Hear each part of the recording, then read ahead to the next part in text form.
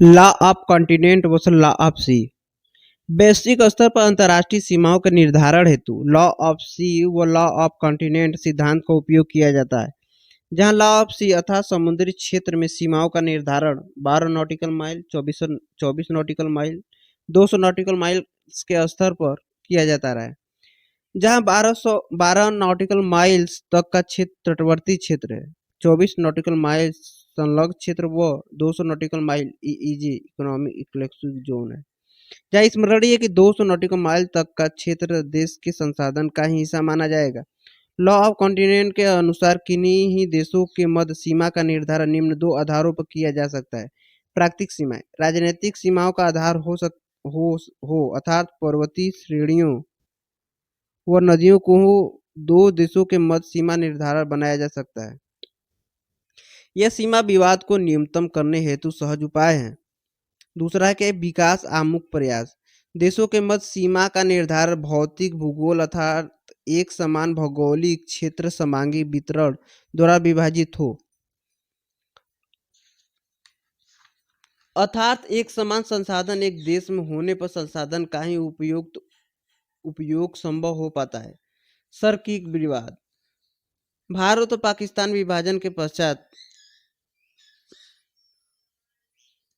LOC law of continent का उपयोग करते हुए कच्छ रण का कठिवाड़ सिंध क्षेत्र में विद्यमान विभाजन को क्रियान्वित किया गया था, जब मैदानी भाग सिंध पाकिस्तान को तथा पठारी भाग कच्छ रण व कठिवाड़ को भारत का हिस्सा घोषित किया गया था, परंतु पाकिस्तान द्वारा 1970 के दशक के पश्चात कच्छ रण व कठिवाड़ क्षेत्र को विवाद का मुद्दा बनाया गया, जहां पाकिस्तान के अनुसार भूगर्भिक रूप से कच्छ व कठिवाड़ के द्वीपीय प्रकृति के होने के कारण लॉ ऑफ सी के उपयोग द्वारा कच्छ रण के क्षेत्र पर अधिकार को विवाद का विषय बनाया गया।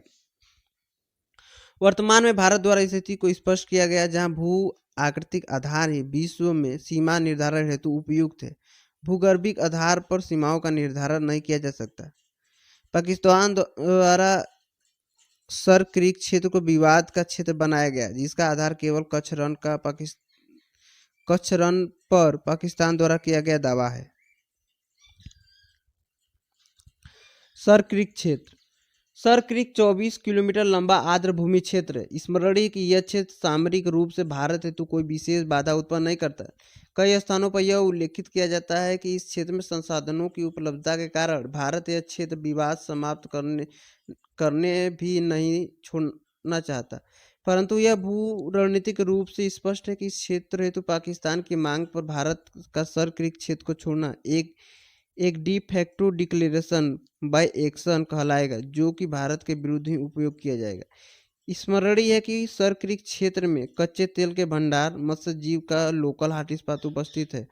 जिस कारण समान रूप से सर क्रीक क्षेत्र में मछुआरों द्वारा अंतर्राष्ट्रीय सीमा को पार कर देश की घटनाएं देखी जा सकती हैं। जिस कारण समान रूप से सर क्रीक क्षेत्र में मछुआरों द्वारा अंतर्राष्ट्रीय सीमा को पार कर दी जाने घटनाएं देखी जाती हैं, जिसके समाधान हेतु भारत पाकिस्तान द्वारा एमओयू के माध्यम से 14-15 अगस्त को मछुआरों को मुक्त करने का कार्य इस क्षेत्र के मिलिट्री ऑपरेशन इंचार्ज के द्वारा कराया जाता है।